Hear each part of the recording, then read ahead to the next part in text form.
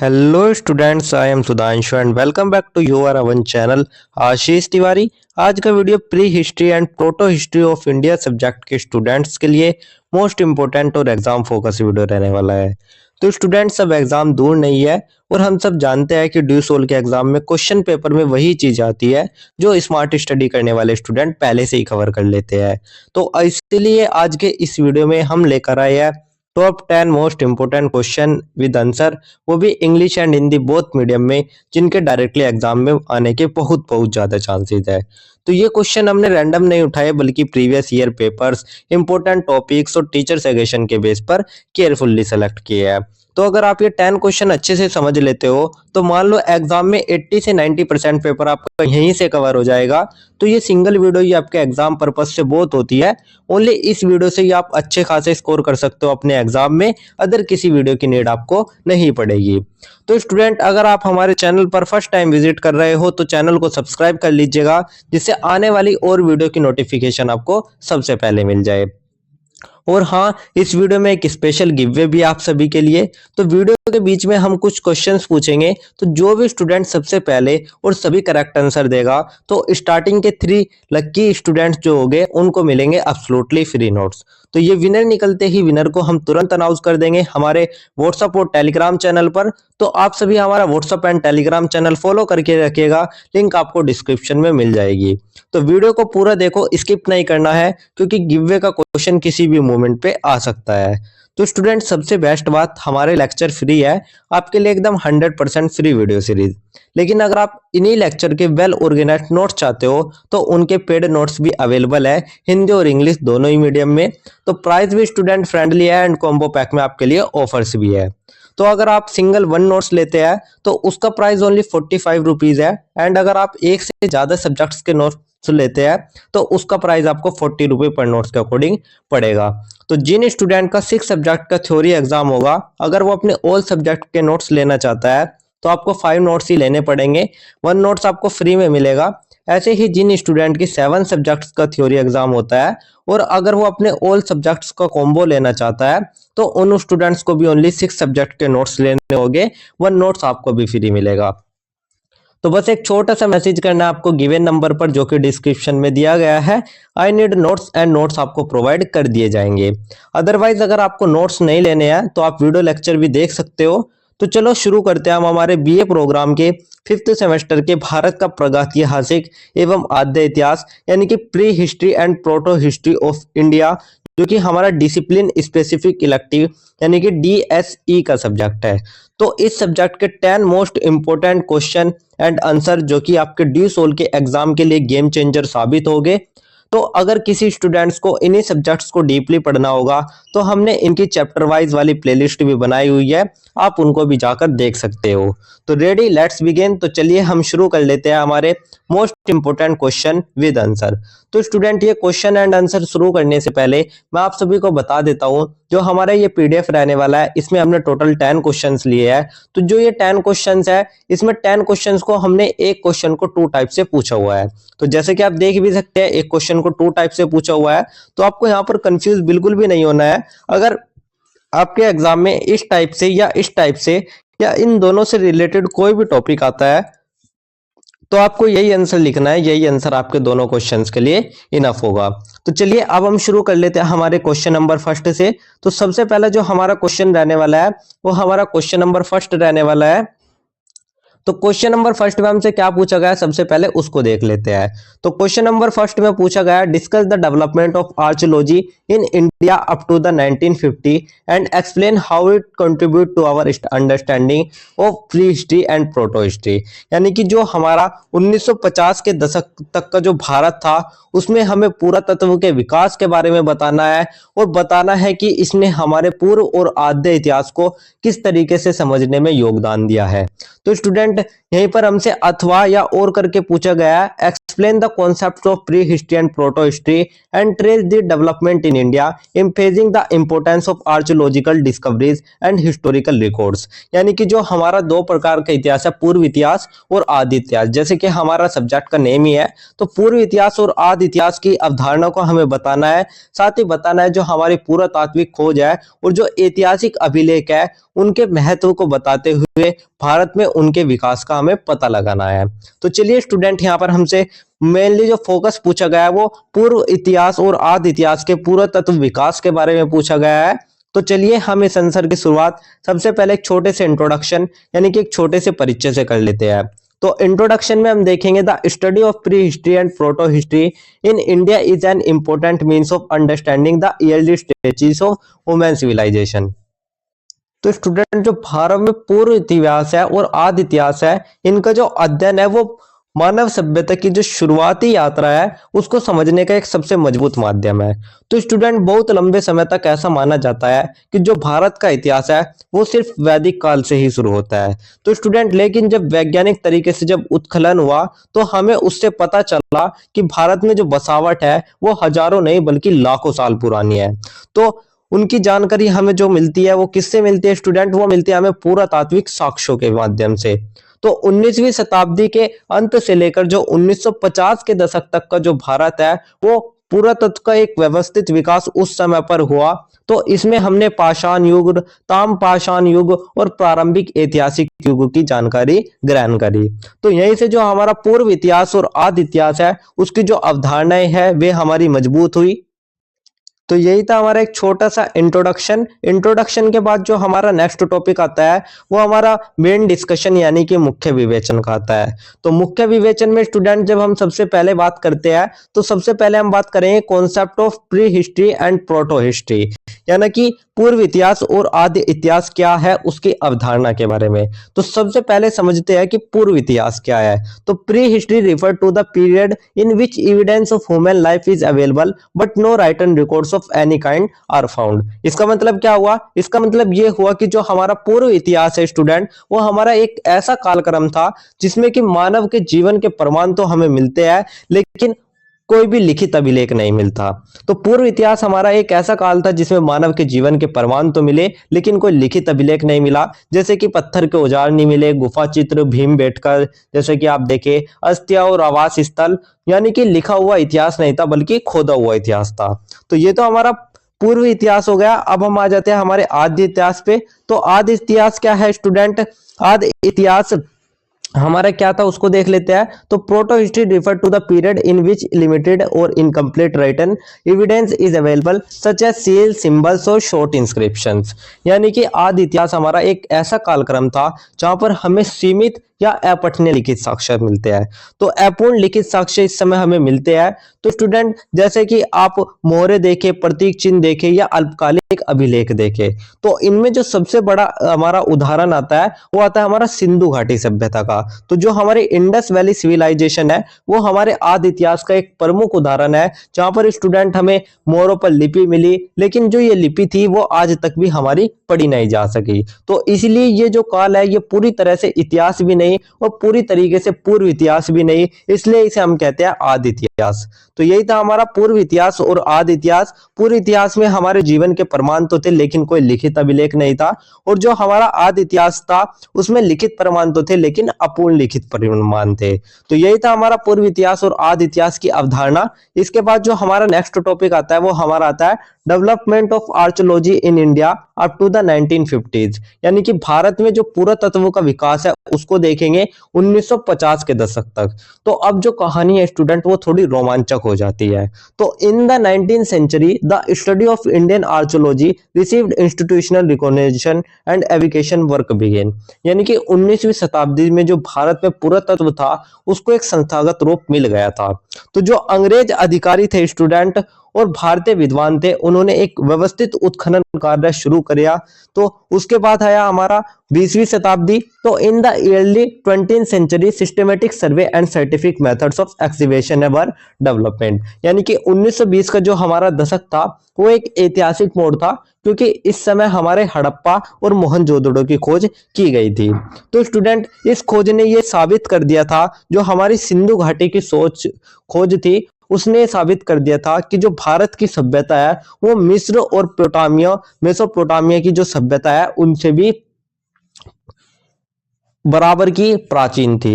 तो इसी के बाद हमारा आया 1950 का दशक। तो 1950 के दशक तक क्या हुआ स्टूडेंट, तो 1950 के दशक तक जो पुरातत्व था वो सिर्फ वस्तुएं इकट्ठे करने तक सीमित नहीं रहा, बल्कि वो समाज, वहाँ की अर्थव्यवस्था, वहाँ की संस्कृति, वहाँ की जीवन शैली, इन सभी की व्याख्या का माध्यम भी बन गया था। तो यही वो समय था हमारा जब हमारे पाषाण युग, मध्य पाषाण युग, नव पाषाण युग और ताम्र पाषाण युग संस्कृतियों की स्पष्ट पहचान हुई थी। तो इसी तरीके से हमारे भारत में पुरातत्व का विकास हुआ। सबसे पहले 19वीं शताब्दी, फिर 20वीं शताब्दी, फिर 1920 के दशक, फिर 1950 का दशक। तो यही था हमारा भारत में पुरातत्व का विकास। इसके बाद जो हमारा नेक्स्ट टॉपिक आता है वो हमारा आता है इंपोर्टेंस ऑफ आर्कियोलॉजिकल डिस्कवरीज, यानी कि पुरातात्विक खोजों की महत्व को लेकर। तो अब सवाल आता है कि इन खोजों से हमें मिला क्या। तो archaeological discoveries prove that human settlement in India was excited since very ancient times, यानी कि हमें इनसे ये प्रमाण मिलता है कि भारत में जो मानव बसावट थी वो बहुत ही प्राचीन है। तो पत्थर के औजारों से तकनीक विकास जो समझ है वो आ गया था। इसी तरीके से जो कृषि, पशुपालन, खेती था, उनकी शुरुआत का भी हमें पता चल जाता है। तो the town planning, gardening system and economic activities of the Indus valley civilisation strengthen the concept of proto history, यानी कि अगर आप उदाहरण के रूप में देखें, जैसे कि हमारे सिंधु घाटी की जो नगर योजना थी, जो जल निकासी व्यवस्था थी, तो स्टूडेंट जल निकासी व्यवस्था उनकी इतनी बेस्ट थी कि आज के समय पर भी ऐसी जल निकासी व्यवस्था नहीं मिल सकती। इसी तरीके से जो आर्थिक गतिविधियां थी, तो इन सब ने आदि इतिहास की जो अवधारणा है उसको और ज्यादा मजबूत किया। तो यही थे हमारे पुरातात्विक खोजों का महत्व। इसके बाद जो हमारा नेक्स्ट टॉपिक आता है वो हमारा आता है रोल ऑफ हिस्टोरिकल रिकॉर्ड्स, यानी कि ऐतिहासिक अभिलेखों की भूमिका के बारे में। तो स्टूडेंट जहां जहां पर हमें लिखित स्रोत मिले वहां उन्हें पुरातात्विक साक्ष्यों की पुष्टि की। तो whenever available historical records help to corroborate archaeological evidence, यानी कि जहां पर उपलब्ध है वहां पर ऐतिहासिक अभिलेख पुरातात्विक साक्ष्यों की वे पुष्टि करते हैं। तो जैसे कि आप देखें ताम्रपत्र हो गए, मूरे हो गए, या कोई भी प्रतीक चिन्ह हो गया, तो इनसे हमें क्या पता लगता है, इनसे हमें पता चलता है उस समय का सामाजिक संगठन कैसा था, प्रशासनिक संरचना कैसी थी और आर्थिक ढांचा कैसा था। तो स्टूडेंट जब पुरातत्व और अभिलेख दोनों ही साथ में आते हैं तो ये इतिहास बनाते हैं और ज्यादा विश्वसनीय और संतुलित इतिहास बनाते हैं। तो यही था हमारा ऐतिहासिक अभिलेखों की भूमिका, जो कि मैंने आपको बता दी। इसके बाद जो हमारा नेक्स्ट टॉपिक आता है वो हमारा ओवरऑल पूरे आंसर का एक छोटा सा कंक्लूजन या एक छोटा सा उपसंहार आता है। तो कंक्लूजन में हम देखेंगे it can be said that the development of archaeology in India up to the 1950 provided a clear scientific and systematic basis for the concept of pre history and proto history, यानी कि 1950 के दशक तक जो भारत था उसमें पुरातत्व का जो विकास था उसने पूर्व इतिहास और आद्य इतिहास दोनों को ही एक वैज्ञानिक और ठोस आधार प्रदान किया था। तो स्टूडेंट अब जो भारत का प्राचीन इतिहास है वो सिर्फ कथाओं पर ही मिथक नहीं था, बल्कि जो भौतिक साक्ष्य थे वे भी हमें मिल गए थे। तो यही कारण है कि आज के भारत का जो हमारा प्रगतिहासिक अध्ययन है वो एक सशक्त और विश्वसनीय विषय बन चुका है। तो यही था हमारा एक छोटा सा कंक्लूजन, एक छोटा सा उपसंहार, जिसके साथ ही हमारा आंसर नंबर फर्स्ट भी कंप्लीट होता है। तो यही था हमारा आंसर नंबर फर्स्ट। इसके बाद जो हमारा नेक्स्ट क्वेश्चन आता है स्टूडेंट वो हमारा क्वेश्चन नंबर 2 आता है। तो अब हम बात कर लेते हैं क्वेश्चन नंबर 2 के बारे में। तो क्वेश्चन नंबर 2 में हमसे क्या पूछा गया है सबसे पहले उसको देख लेते हैं। तो क्वेश्चन नंबर 2 में हमसे पूछा गया है discuss the main characteristics of the regional distribution, tool, technology and subsistence patterns of the palaeolithic culture, यानी कि जो हमारा पूरा पाषाण संस्कृति थी उसका क्षेत्रीय वितरण, उसके उपकरण, प्रौद्योगिकी और जीवन निर्वाह पद्धति, इन सभी की विशेषताओं के बारे में बताना है। यहीं पर हमसे अथवा या और करके पूछा गया है discuss tool, technology and subsistence pattern during the palaeolithic period in India, यानी कि जो पूरा पाषाण काल था उस समय पर उपकरण, प्रौद्योगिकी और जीवन निर्वाह पद्धतियों के बारे में हमें बताना है। तो चलिए यहाँ पे हमसे पूछा गया है उपकरण, प्रौद्योगिकी, क्षेत्रीय वितरण और जीवन निर्वाह पद्धति। तो इन तीनों को देख लेते हैं हम पूरा पाषाण काल के दौरान। तो चलिए इस आंसर की शुरुआत हम सबसे पहले एक छोटे से इंट्रोडक्शन यानी कि एक छोटी सी भूमिका से कर लेते हैं। तो इंट्रोडक्शन में हम देखेंगे the palaeolithic culture is considered the eldest phase of human history, यानी कि स्टूडेंट जो हमारा पूरा पाषाण संस्कृति है वो मानव इतिहास की सबसे प्रारंभिक अवस्था मानी जाती है।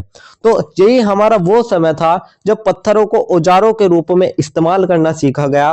और भारत में जो पूरा पाषाण संस्कृति का अध्ययन है वो हमें ये समझने में मदद करता है कि मानव ने जीवन की शुरुआत कैसे करी, तकनीक कैसे विकसित हुई और भोजन पाने के लिए उसने कौन कौन सी निर्वाह पद्धति या रणनीति अपनाई। तो इसी संस्कृति को समझने के लिए हम तीन बातों पर ध्यान देंगे। सबसे पहला क्षेत्रीय वितरण, सेकंड उपकरण प्रौद्योगिकी और थर्ड जीवन निर्वाह पद्धति। तो चलिए स्टूडेंट, ये तो हमारा एक छोटा सा इंट्रोडक्शन, एक छोटी सी भूमिका हो गई। इसके बाद जो हमारा नेक्स्ट टॉपिक आता है वो हमारा मेन डिस्कशन यानी कि मेन बॉडी का आता है। तो मेन बॉडी में स्टूडेंट हम सबसे पहले सवाल आता है कि क्या पूरा पाषाण मानव भारत के लिए सिर्फ एक हिस्से में रहता था? तो स्टूडेंट इसका आंसर था नहीं। तो इसका जो प्रमाण है वो हमें पूरे भारतीय उपमहाद्वीप में मिलता है। तो सबसे पहला जो पॉइंट इसमें रहने वाला है वो रहने वाला है regional distribution of the palaeolithic culture, यानी कि पूरा पाषाण संस्कृति का क्षेत्रीय वितरण। तो in India the palaeolithic culture is found spread across almost the entire subcontinent, यानी कि इसके जो प्रमाण है स्टूडेंट वे हमें पूरे भारतीय उपमहाद्वीप में देखने को मिलते हैं। और इसके जो मेजर रीजन्स है वे हैं हमारे नदी घाटियां हो गई, सोन नदी घाटी हो गई, हमारी नर्मदा घाटी हो गई, साबरमती क्षेत्र हो गया, साथ ही कृष्णा और गोदावरी नदी घाटे हो गई, पठारी क्षेत्र हो गया या पर्वतीय प्रदेश हो गए। तो स्टूडेंट जो नदी घाटी थी वे इसलिए महत्वपूर्ण थी क्योंकि वहां पर जो पानी था और जो वहां का जानवर था और जो वहां का कच्चा पत्थर था वो हमें आसानी से मिल जाता था। तो इसी तरीके से नर्मदा, सोन, साबरमती, गोदावरी और कृष्णा नदी घाटियों में जो पूरा पाषाण उपकरण है वे हमें देखने को मिल जाते हैं। तो इसी तरीके से मध्य भारत, राजस्थान और दक्षिण भारत के जो पठारी क्षेत्र है उसमें भी इस संस्कृति के साक्ष्य में अधिक देखने को मिले हैं। तो यहाँ से भी बड़ी मात्रा में पत्थर के औजार हमें देखने को मिलते हैं। इसी तरीके से अगर हम बात करें हमारी जो गुफा और खुले स्थल थे तो ये दोनों ही भी मानव गतिविधियों के प्रमाण हमें यहाँ से मिलते हैं, जो कि हमें ये दिखाते हैं कि मानव परिस्थिति के अनुसार अपना निवास बदलता रहता था। तो जो मानव था उस समय वो कभी गुफा में, कभी खुले स्थान में, यानी कि परिस्थिति के अनुसार वो अपना निवास बदलता रहता था। तो यही था हमारा पूरा पाषाण संस्कृति का क्षेत्रीय वितरण। इसके बाद जो हमारा नेक्स्ट टॉपिक आता है वो हमारा आता है कैरेक्टरिस्टिक्स ऑफ टूल टेक्नोलॉजी, यानी कि उपकरण प्रौद्योगिकी की विशेषताएं। तो अब हम बात कर लेते हैं उस चीज पर जिसने इंसान को इंसान बनाया। तो वो क्या था हमारा? वो था हमारे टूल्स, यानी कि हमारे औजार। तो tools of this period were mainly made of stone, यानी कि इस काल के जो पूरा पाषाण जो हमारा काल था इसमें जो औजार थे स्टूडेंट वे मुख्यतः पत्थरों से बनाए जाते थे। तो कौन कौन से पत्थर यूज होते थे? तो पत्थर इसमें जो प्रमुख पत्थर थे वे थे क्वार्टजाइट और चर्ट पत्थर। तो स्टूडेंट ये पत्थर क्यों उपयोग किए जाते थे? क्योंकि ये जो पत्थर होते थे ये मजबूत भी होते थे और धारदार भी होते थे।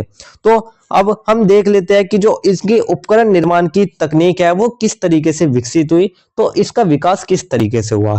तो सबसे पहले अगर हम बात करें हमारे इन द अर्ली फेज में, यानी कि प्रारंभिक चरण में, तो प्रारंभिक चरण जो हमारा था उस समय हमारे बड़े और भारी और कम नुकीले औजार आए। तो जैसे कि आप देखें हस्त कुठार हो गया, तो ये हमारे प्रारंभिक चरण में आए। उसके बाद हमारे इन द लेटर फेसेस में अगर हम बात करें, यानी कि बाद के चरणों में बात करें, तो बाद के चरणों में जो हथियार थे वे छोटे होने लगे और साथ ही नुकीले होने लगे। तो अधिक उपयोगी औजार जैसे कि काटने और छीलने वाले उपकरण हो गए, इसी तरीके से खाल उतारने वाले हो गए, या दैनिक आवश्यकताओं के लिए हो गए।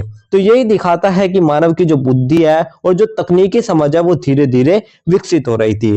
तो यहाँ पर जो औजारों का प्रयोग था वो शिकार करने में, मांस काटने में, खाल उतारने में और दैनिक जीवन की जरूरतों में किया जाता था। तो यही था हमारा उपकरण प्रौद्योगिकी की विशेषताएं। इसके बाद जो हमारा नेक्स्ट टॉपिक आता है वो हमारा आता है सब्सिस्टेंस पैटर्न्स, यानी कि जीवन निर्वाह पद्धतियों को लेकर। तो अब सवाल आता है कि पूरा पाषाण मानव खाता क्या था? तो इसका उत्तर है स्टूडेंट शिकार और संग्रह। तो the life of palaeolithic humans were and was entirely based on hunting and gathering, यानी कि जो उनका जीवन था वो पूरी तरीके से शिकार और संग्रह पर टिका हुआ था। तो वे भोजन के लिए जंगली जानवरों का शिकार करते थे। इसी तरीके से वे fruits, tubers, roots and seeds इन सभी का उपयोग अपने जीवन निर्वाह के लिए करते थे। तो खेती या पशुपालन का कोई उन्हें ज्ञान नहीं था, लेकिन उनकी जो जीवन शैली थी स्टूडेंट, उनकी जीवन शैली की प्रमुख विशेषता ये थी कि जो मानव था वो इस स्थायी रूप से एक स्थान पर नहीं रहता था, बल्कि वो घुमंतु मानव था। तो घुमंतु मानव का मतलब क्या हुआ? तो घुमंतु मानव यानी कि वो भोजन की खोज में स्थान परिवर्तन करता रहता था, एक स्थान से दूसरे स्थान पर। तो प्रकृति पर भी उसकी पूर्ण निर्भरता थी। किस तरीके से स्टूडेंट? जैसे कि हमारा कोई ऐसा क्षेत्र हो गया जहां पर एक समय में पानी आता है, कोई झरना हो गया, कोई लहर हो गई पानी की, तो वहां पर आती है गर्मियों में और सर्दियों में वहां पर नहीं आती। तो जो मानव होता था वो सर्दियों में उसी स्थान को छोड़कर ऐसी जगह पर चला जाता था जहां पर उसको पानी मिल सके। इसी तरीके से वह प्रकृति से लड़ता नहीं था, बल्कि उसके साथ जो सामंजस्य था उसको बनाकर जीता था। तो सामाजिक जीवन की अगर हम बात करें तो सोशल लाइफ वो simple and people lived in group, यानी कि जो यहाँ का सोशल लाइफ थी, जो यहाँ का सामाजिक जीवन था, वो बहुत ही सरल था। क्योंकि सरल क्यों था? क्योंकि लोग छोटे समूह में रहते थे, साथ ही सहयोग आधारित जीवन था और सरल सामाजिक संरचना में देखने को मिलती थी। तो यही थी हमारी जीवन निर्वाह पद्धति पूरा पाषाण काल की। इसके बाद जो हमारा नेक्स्ट टॉपिक आता है वो हमारा ओवरऑल पूरे आंसर का एक छोटा सा कंक्लूजन या एक छोटा सा उपसंहार आता है। तो उपसंहार में हम देखें, it can be said that the palaeolithic culture in India formed the foundation of human civilization, यानी कि स्टूडेंट हम निष्कर्ष में यही कह सकते हैं कि भारत में जो पूरा पाषाण संस्कृति है वो मानव सभ्यता की एक आधारशिला मानी जाती है। क्योंकि इसके जो क्षेत्रीय वितरण है उनसे मानव के फैलाव का ज्ञान मिलता है, इसकी जो उपकरण तकनीक है उसकी बुद्धि का विकास दिखता है, और जो उनकी जीवन निर्वाह पद्धति है वे प्रकृति पर निर्भर जीवन को दर्शाती है। तो यही जो संस्कृति थी स्टूडेंट, यही हमारे आगे चलकर हमारा जो मध्य पाषाण और जो हमारा नव पाषाण संस्कृति है उनकी भी एक नींव बनी। तो इसी प्रकार जो पूरा पाषाण काल का अध्ययन है वो भारतीय पूर्व इतिहास को समझने के लिए सहायक सिद्ध होता है। तो यही था हमारा एक छोटा सा कंक्लूजन एंड छोटा सा उपसंहार, जिसके साथ ही हमारा आंसर नंबर 2 भी कंप्लीट होता है। तो यही था हमारा आंसर नंबर 2। इसके बाद जो हमारा नेक्स्ट क्वेश्चन आता है वो हमारा क्वेश्चन नंबर 3 आता है। तो अब हम बात कर लेते हैं हमारे क्वेश्चन नंबर 3 के बारे में। तो क्वेश्चन नंबर 3 में हमसे क्या पूछा गया है सबसे पहले उसको देख लेते हैं। तो क्वेश्चन नंबर 3 में हमसे पूछा गया है, examine the important characteristics of the mesolithic culture in India, यानी कि जो हमारा मध्य पाषाण कालीन संस्कृति थी उसकी विशेषता हमें बतानी है। साथ ही यहाँ पर हमसे अथवा या और करके पूछा गया है, evaluate the tool technology and subsistence patterns during the Mesolithic culture। तो अभी के जो हमारा इससे पहले वाला आंसर था उसमें हमने पूरा पाषाण संस्कृति के उपकरण तकनीक देखी थी, और इसमें हमें बतानी है मध्य पाषाण संस्कृति के उपकरण तरीक और आजीविका की पद्धतियों के बारे में। तो क्वेश्चन वही है, बस जो कालक्रम है उसको चेंज कर दिया गया है। तो चलिए इस आंसर की शुरुआत भी हम सबसे पहले एक छोटे से इंट्रोडक्शन यानी कि एक छोटी सी भूमिका से कर लेते हैं। तो इंट्रोडक्शन में हम देखेंगे, the mesolithic period is an important phase in human history that acts as a bridge between the palaeolithic and neolithic periods, यानी कि जो मध्य पाषाण काल है वो हमारा एक ऐसा चरण था जो कि पूरा पाषाण और नव पाषाण काल के बीच के रूप में जो एक पुल है उसके बीच का कार्य करता है। तो ये जो हमारा काल था, इस काल में हमारे मानव जीवन में तकनीकी, उनके आर्थिक और सामाजिक परिवर्तन देखे गए थे। तो भारत में जो मध्य पाषाण संस्कृति है उससे हमें यह पता चलता है कि जो मानव था वो अब केवल जीवित रहने के लिए नहीं बल्कि अपने बेहतर जीवन की ओर भी बढ़ रहा था। तो इसी काल की जो संस्कृति है वो इसकी उपकरण तकनीक और आजीविक पद्धतियों के आधार पर समझा जा सकता है। तो यही था हमारा एक छोटा सा इंट्रोडक्शन, एक छोटी सी भूमिका। इसके बाद जो हमारा नेक्स्ट टॉपिक आता है वो हमारा मेन डिस्कशन यानी कि मुख्य विवेचन का आता है। तो मेन डिस्कशन में स्टूडेंट हम सबसे पहले जो बात करेंगे वो हम बात करेंगे major characteristics of the mesolithic culture, यानी कि मध्य पाषाण संस्कृति की प्रमुख विशेषताओं को लेकर। तो स्टूडेंट इस काल में जो मानव जीवन है वो धीरे धीरे अधिक संगठित होने लगा था। तो this period is considered to fall after the palaeolithic and before the neolithic period, यानी कि जो हमारा ये काल माना जाता है मध्य पाषाण, तो एक तरफ तो हमारा पूरा पाषाण काल था और दूसरी तरफ हमारा नव पाषाण काल था। तो इन दोनों के बीच का जो हमारा समय था, संक्रमण समय था, उसको ही हम कहते हैं हमारा मध्य पाषाण। तो मध्य पाषाण जो था वो पूरा पाषाण के बाद और नव पाषाण काल से पहले का समय माना जाता है। यातायात। तो स्टूडेंट इस समय क्या था, इस काल की जो मानव की जीवन शैली थी वो अधिक संगठित हो गई थी। साथ ही जो मानव था वो छोटे समूहों में जीवन जीने लगा था। तो छोटे समूहों में जारी रखा गया उसका जीवन, लेकिन जो आवास स्थलों की संख्या है वे बढ़ने लगी थी। तो अब जो मानव था वो केवल गुफाओं तक ही सीमित नहीं रहा था, बल्कि वो खुले मैदानों में भी बसने लगा था। तो इस कला के जो हमें सबसे रोचक बात मिलती है स्टूडेंट इस काल की, वो मिलते हैं हमारे शैल चित्र, जिन्हें हम रॉक पेंटिंग्स भी कहते हैं। तो शैल चित्र कैसे होते हैं स्टूडेंट? शैल चित्र हमारे ऐसे होते हैं जो कि हमारे कठोर पत्थर, शैल यानी कि आपके जो पत्थर होते हैं उन पर जो भी चित्रकारी की जाती है उनको ही हम शैल चित्र कहते हैं। तो इसका जो आप एक मुख्य उदाहरण देखोगे वो आप मध्य प्रदेश में भीमबेटका देखोगे। तो भीमबेटका की जो गुफाएं हैं वहां पर हमें शिकार, नृत्य और दैनिक जीवन के दृश्य देखने को मिलते हैं। तो इससे पता चलता है कि मानव में जो सांस्कृतिक चेतना है वो भी विकसित हो चुकी थी। तो यही था हमारा मध्य पाषाण संस्कृति की प्रमुख विशेषताएं। इसके बाद जो हमारा नेक्स्ट टॉपिक आता है वो हमारा आता है डेवलपमेंट ऑफ टूल टेक्नोलॉजी, यानी कि उपकरण तकनीक का विकास। तो अब आते हैं उस बदलाव पर जिसने मानव की कार्य क्षमता को कई गुना बढ़ा दिया था। तो the most significant features of the mesolithic period is the development of microlithic tools, यानी कि स्टूडेंट मध्य पाषाण काल की जो सबसे बड़ी विशेषता थी वो थी सूक्ष्म उपकरण, यानी कि जिसे हम माइक्रोलिथिक टूल्स भी कहते हैं। तो इनकी विशेषता क्या थी स्टूडेंट? पहले आपने देखा होगा जो हमारा पूरा पाषाण काल था उसमें जो पत्थर थे वे बड़े पत्थर से औजार बनाए जाते थे। तो बड़े औजार पत्थरों के होते थे, लेकिन जब हमारा मध्य पाषाण काल आया तो इसमें हमारे जो औजार थे वे थोड़े छोटे हो गए और नुकीले हो गए। इसी तरीके से स्टूडेंट जब हमारा नवपाषाण काल आया तो नवपाषाण काल में ये पत्थर और ज्यादा छोटे हो गए थे और ज्यादा नुकीले और पॉलिशदार हो गए थे। तो आपको ये बात याद रखनी है कि जैसे जैसे काल आगे बढ़ रहा था पत्थर छोटे और नुकीले होते जा रहे थे। तो उपकरण जो थे स्टूडेंट वे छोटे, पतले और तीक्ष्ण बनाए जाने लगे।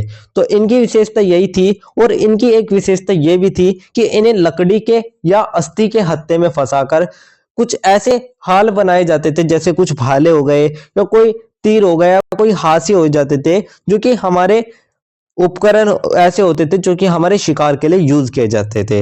तो tool were use in hunting, fishing and the preparation of food, यानी कि इनका जो उपयोग था वो शिकार के लिए, मछली पकड़ने के लिए और खाद्य पदार्थों की तैयारी करने के लिए होता था। तो इससे स्पष्ट होता है कि जो मानव था वो अब योजना बनाकर कार्य करने लगा था, यानी कि उसकी कार्य क्षमता में भी वृद्धि हो रही थी। तो यही थी हमारे उपकरण तकनीक का विकास। इसके बाद जो हमारा नेक्स्ट टॉपिक आता है वो हमारा आता है सब्सिस्टेंस पैटर्न्स, यानी कि आजीविका की पद्धतियों को लेकर। तो अब सवाल आता है कि मध्य पाषाण मानव अपना पेट कैसे भरता था? तो इसका उत्तर है स्टूडेंट विविध आजीविका।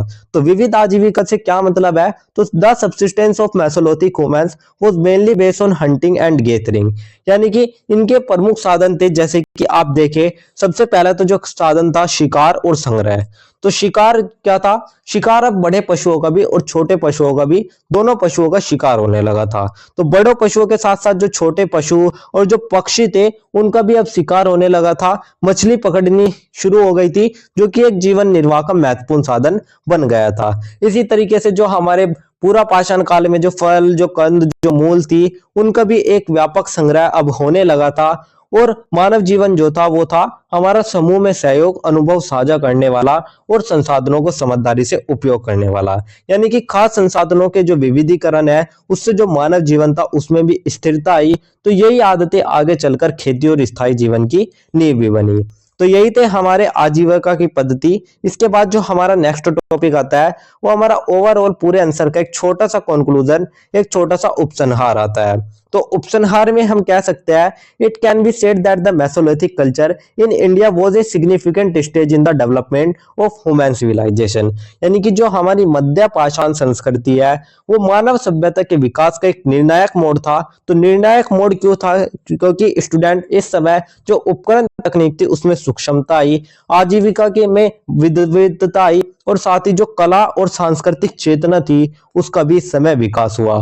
तो ये काल हमें स्पष्ट रूप से दिखाता है कि जो मानव था वो धीरे धीरे घुमंतु से हटकर हमारा जो स्थायी जीवन था उसकी ओर बढ़ रहा था, और यही प्रक्रिया आगे चलकर हमें देखने को मिलती है हमारी नवपाषाण संस्कृति में।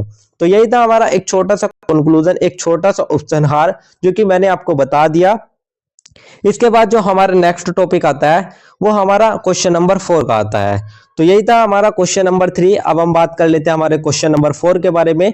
तो स्टूडेंट अभी तक आपने एक चीज नोटिस की होगी, जो हमारा फर्स्ट क्वेश्चन था वो था हमारा पूर्व इतिहास और आदि इतिहास के बारे में। उसके बाद पूर्व इतिहास का जो सबसे पहला हमारे मानव सभ्यता का जो समय माना जाता है वो पूर्व इतिहास और आदि इतिहास से ही माना जाता है। उसके बाद कौन सा चरण आया? उसके बाद आया आपका पूरा पाषाण काल, जो कि हमारा क्वेश्चन नंबर 2 रहा। उसके बाद कौन सा चरण आया? उसके बाद आया आपका मध्य पाषाण काल, जो कि हमारा 3rd क्वेश्चन रहा। और उसके बाद कौन सा आया?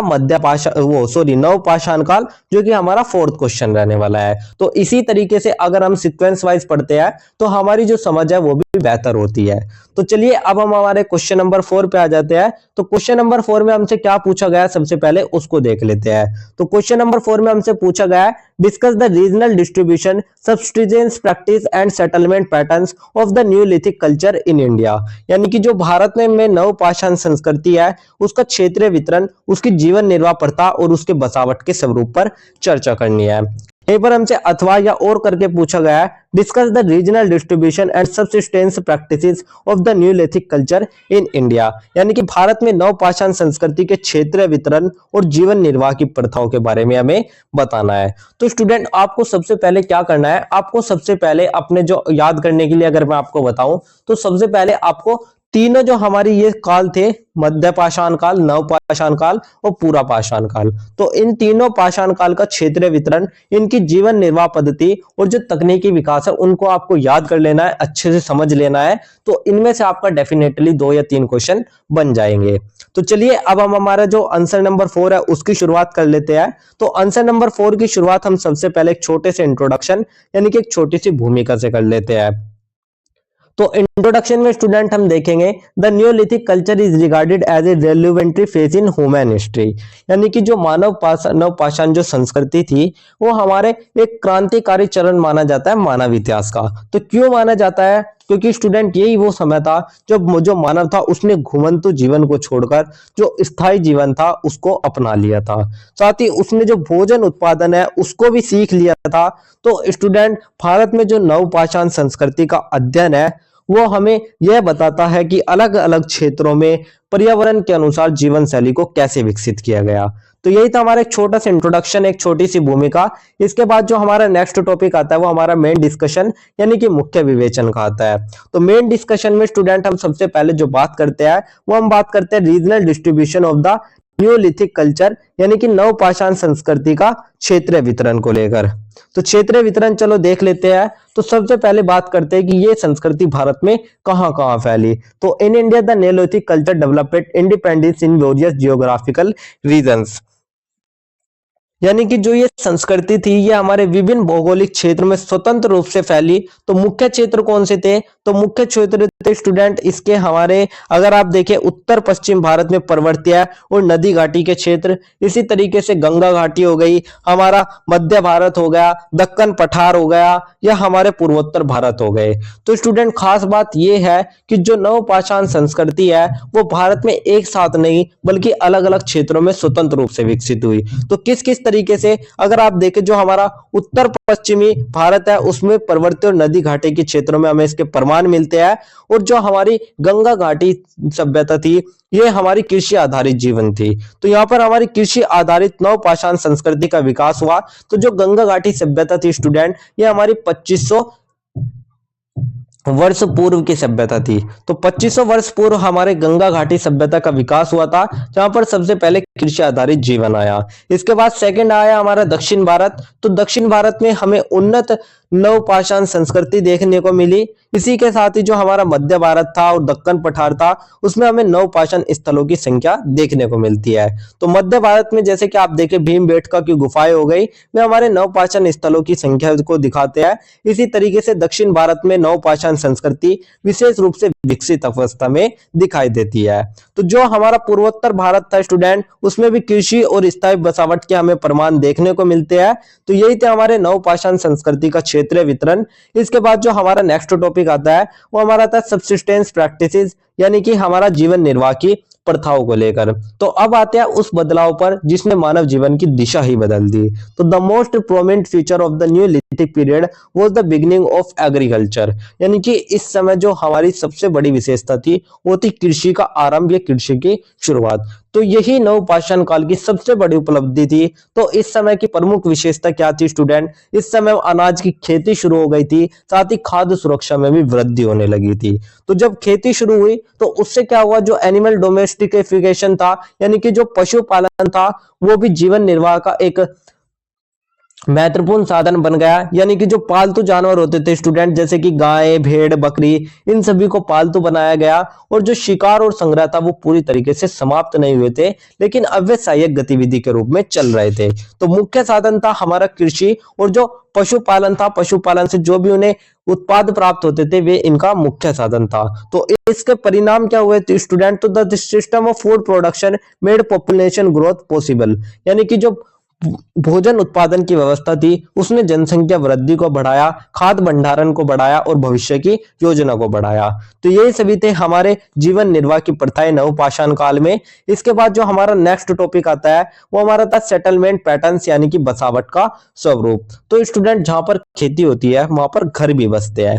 तो during the Neolithic period humans establish permanent settlements, यानी कि जो नवपाषाण काल था उसमें जो मानव थे उन्होंने स्थायी बस्तियां बसानी शुरू कर दी थी। तो इन स्थायी बस्तियों की बसावट की विशेषता क्या थी? तो स्टूडेंट, जो घर होते थे इस समय पर वे मिलते थे हमें मिट्टी, लकड़ी और पत्थर के।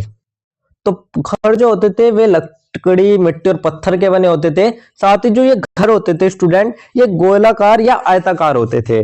तो इस समय के जो घर थे वे गोलाकार या आयताकार देखने को मिलते हैं, जो कि हमारे आप सिंधु घाटी सभ्यता में भी देखें तो इसी तरीके के आवास मिलते थे।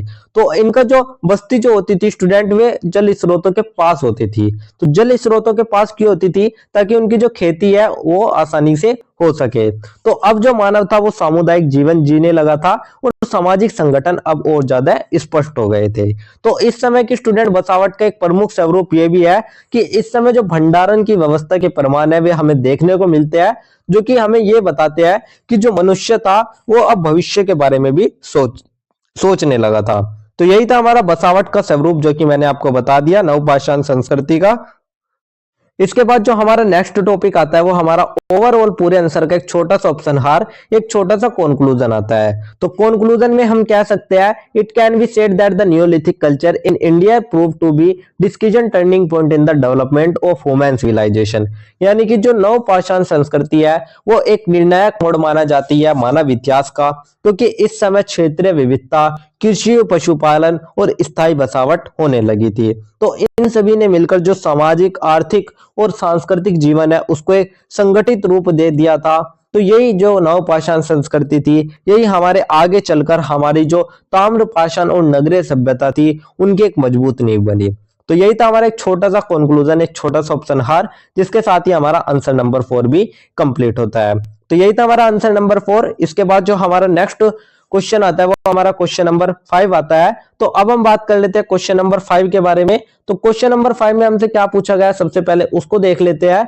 तो क्वेश्चन नंबर 5 में स्टूडेंट हमसे पूछा गया है, evaluate the main characteristics of the early and mature Harappa phases, यानी कि जो प्रारंभिक और परिपक्व हड़प्पा चरम है उसकी विशेषता के बारे में हमें बताना है।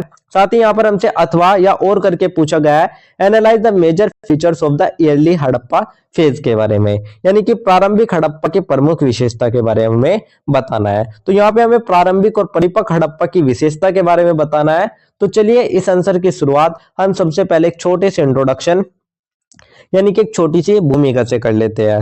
तो इंट्रोडक्शन में हम लिखेंगे, the Harappa civilization is consider an important phase of Indian pre historic period, यानी कि स्टूडेंट जो हड़प्पा सभ्यता का विकास है वो एक दिन में नहीं हुआ, बल्कि एक धीमी और निरंतर प्रक्रिया के रूप में माना जाता है।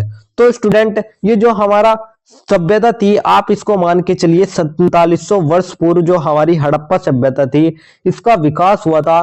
तो इतिहासकारों ने इसे दो प्रमुख चरणों में बांटा था।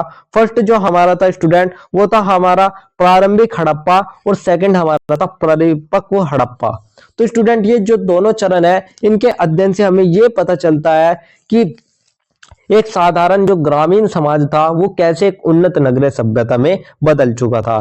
तो जो हमारा प्रारंभिक हड़प्पा था इसने परिपक्व हड़प्पा की नींव रखी, और जो परिपक्व हड़प्पा था इसने अपने आप को पूर्ण विकसित रूप में दिखाया। तो इसीलिए ये जो दोनों चरण है इनके अध्ययन से हमें सामाजिक, आर्थिक और सांस्कृतिक विकास की जो प्रक्रिया है वो समझ में आती है। तो यही था हमारा एक छोटा सा इंट्रोडक्शन, एक छोटी सी भूमिका, जिसके साथ ही हमारा इंट्रोडक्शन खत्म होता है। इसके बाद जो हमारा नेक्स्ट टॉपिक आता है वो हमारा मेन डिस्कशन यानी कि मुख्य विवेचन का आता है। तो मुख्य विवेचन में स्टूडेंट हम सबसे पहले जो बात करेंगे वो हम बात करेंगे major characteristics of the early Harappa phase यानी कि प्रारंभिक हड़प्पा चरण की प्रमुख विशेषताओं के बारे में।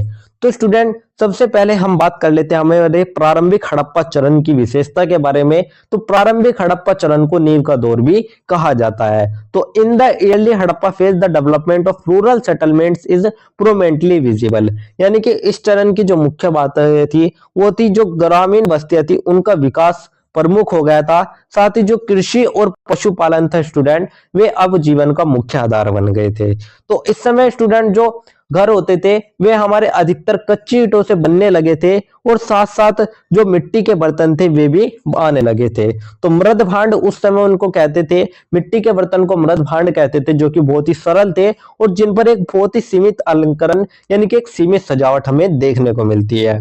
तो स्टूडेंट ये था हमारा उस समय की कुछ प्रमुख चरण। अब अगर इसमें ही हम व्यापार की बात करें तो व्यापार का अगर हम बात करें, in early form of trade had development mainly based on the use of local resources, यानी कि जो व्यापार का प्रारंभिक रूप था वो था स्थानीय संसाधनों का उपयोग। साथ ही इसमें जो विनिमय प्रणाली थी वो बहुत ही सीमित विनिमय प्रणाली थी। तो यही हमारा व्यापार का शुरुआत था। अगर हम समाज की बात करें तो social organization was relatively simple but a tendency toward permanence had clearly emerged, यानी कि जो समाज था वो सरल था लेकिन वो स्थायित्व की प्रकृति को स्पष्ट करता था। तो यानी कि बीज बोया जा चुका था, अब शहर बनने वाले थे। तो यही था हमारे प्रारंभिक हड़प्पा चरण की कुछ प्रमुख विशेषता। इसके बाद जो हमारा नेक्स्ट टॉपिक आता है वो हमारा आता है major characteristics of the mature Harappa phase, यानी कि परिपक्व हड़प्पा चरण की प्रमुख विशेषताओं के बारे में। तो अब आते हैं हम हड़प्पा सभ्यता के स्वर्ण युग पे। तो in the mature Harappa phases full development urban centres are clearly visible, यानी कि परिपक्व हड़प्पा चरण की जो खास बातें थी वो थी पूर्व विकसित नगर, यानी कि अब जो नगर थे वे पूर्व विकसित हो गए थे। साथ ही सुनियोजित नगर योजना बनाई जाने लगी और जो सड़कें थी वे सीधी और चौड़ी हो गई थी। तो अब जो घर थे स्टूडेंट, पहले जो घर होते थे वे हमारे कच्ची ईंटों से बन रहे थे, लेकिन अब जो घर थे वे पक्की ईंटों से बनने लगे। साथ ही उन घरों में एक आंगन भी होने लगा और स्नान घर भी बनने लगे। तो हर घर में एक आंगन और एक स्नान घर जरूर होता था। साथ ही कुछ घरों में कुछ भंडारण कक्ष भी हमें देखने को मिलते हैं। तो जल निकासी व्यवस्था जो थी स्टूडेंट वो हमारी इस समय की बहुत ही बेस्ट थी। तो हर घर की नाली मुख्य नाली से जुड़ी होती थी, और जो आज भी हम कई शहरों में देखने को मिलते हैं, ये हमें उस समय की सबसे बेस्ट तकनीक क्षमता के रूप में देखने को मिलती है। तो आर्थिक जीवन की अगर हम बात करें तो स्टूडेंट कृषि के साथ साथ जो शिल्प और व्यापार था वो भी अब विकसित हो गया था, जिसके में आप देखे मानकीकृत बाट देखे, मूरे देखे या मापों का प्रयोग देखे, तो ये अब संगठित रूप से हमें देखने को मिलने लगे थे। तो यही थे हमारे आर्थिक जीवन। सांस्कृतिक विशेषता में जैसे मैंने आपको बता दिया, मूरे हो गई, मूर्तियां हो गई। तो अब तक ये जो इन पर लिपि थी स्टूडेंट वो अपठनीय है, यानी कि अभी तक भी पता नहीं लगाया गया। जो हमारी हड़प्पा सभ्यता की लिपि थी वो हमें आज तक भी समझ में नहीं आई। तो ये सब दिखाता है कि जो समाज था वो अब जटिल और संगठित हो चुका था। तो सामाजिक जीवन के विभाजन के संकेत हमें यहाँ से मिलते हैं, लेकिन जो समाज था वो नगर जीवन संगठित था। तो यही था हमारा परिपक्व हड़प्पा चरण की कुछ प्रमुख विशेषताएं। इसके बाद जो हमारा नेक्स्ट टॉपिक आता है वो हमारा आता है कंपैरेटिव एवल्यूएशन ऑफ बोथ फेजेस, यानी कि दोनों चरणों का तुलनात्मक मूल्यांकन। तो अगर आसान भाषा में स्टूडेंट हम कहे, जो हमारा प्रारंभिक हड़प्पा सभ्यता था वो हमारी एक तैयारी का दौर था, और जो परिपक्व हड़प्पा सभ्यता था वो एक उत्कर्ष का दौर था। तो द अर्ली हड़प्पा फेज वो the stage of foundation development, the mature Harappa phase represent fully development urban civilization, यानी कि जो प्रारंभिक हड़प्पा था वो एक आधारभूत विकास का चरण था, और जो परिपक्व चरण था वो पूर्व विकसित विकसित नगरीय सभ्यता का प्रतीक था। तो प्रारंभिक जीवन में तो जो जीवन था वो बहुत ही सरल और साधारण था, लेकिन जो परिपक्व जीवन में जो जीवन था उसमें नगरीय जटिलता और सामाजिक आर्थिक संरचना भी विकसित हुई। तो इसीलिए जो ये दोनों तकनीक है स्टूडेंट, जो हमारी ये दोनों हमारा जो समय है, दोनों ने ही मिलकर हड़प्पा सभ्यता को इतिहास की सबसे महत्वपूर्ण सभ्यताओं में बदल दिया। तो तकनीक, वास्तुकला और व्यापार में परिपक्व चरण ने उच्च स्तर प्राप्त किया। तो यही था हमारा दोनों चरणों का तुलनात्मक मूल्यांकन। इसके बाद जो हमारा नेक्स्ट टॉपिक आता है वो हमारा ओवरऑल पूरे आंसर का एक छोटा सा निष्कर्ष, एक छोटा सा कंक्लूजन आता है। तो कंक्लूजन में हम कह सकते हैं, it can be said that the early and mature Harappa phases reflect A continuous process of development in Indian history. यानी कि जो प्रारंभिक और परिपक्व हड़प्पा था वो हमारा भारतीय इतिहास का निरंतर विकास को दिखाता है। तो प्रारंभिक चरण जो था हमारा, उसमें तो नींव रखी गई जैसे कि कृषि, स्थायी बसावट के माध्यम से, लेकिन जो हमारा परिपक्व चरण था उसमें जो ये नींव थी ये उसे उसके शिखर तक पहुंचा दी थी। तो दोनों का अगर हम संयुक्त अध्ययन करें तो ये हमारे भारत की आदि ऐतिहासिक परंपरा को समझने के लिए बहुत ही ज्यादा जरूरी हो जाता है। तो यही था हमारा एक छोटा सा उपसंहार, एक छोटा सा कंक्लूजन, जिसके साथ ही हमारा आंसर नंबर 5 भी कंप्लीट होता है। तो यही था हमारा आंसर नंबर 5। इसके बाद जो हमारा नेक्स्ट क्वेश्चन आता है वो हमारा क्वेश्चन नंबर 6 आता है। तो अब हम बात कर लेते हैं हमारे क्वेश्चन नंबर 6 के बारे में। तो क्वेश्चन नंबर 6 में हमसे क्या पूछा गया है, सबसे पहले उसको देख लेते हैं। तो क्वेश्चन नंबर 6 में हमसे पूछा गया है, right A detail essay on the settlement pattern of the mature Harappa period. यानी कि जो परिपक्व हड़प्पा काल था उसके बसावट के स्वरूप के बारे में हमें बताना है।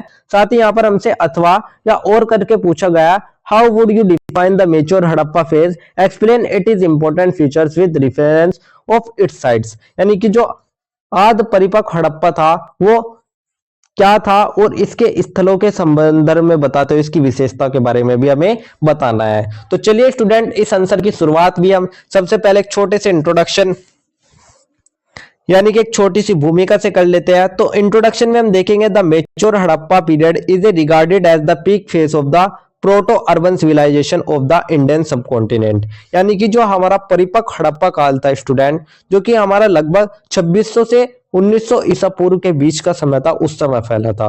तो यही हमारा वो समय था जब हड़प्पा सभ्यता अपने उत्कर्ष पर पहुंची थी। तो इसे हड़प्पा सभ्यता का उत्कर्ष काल भी कहा जाता है। तो इस समय में हमारी नगर नियोजन, आवास व्यवस्था, तकनीकी विकास, सामाजिक संगठन, तो हर क्षेत्र में ये जो सभ्यता थी ये अपने आप में बहुत ही ज्यादा आगे थी।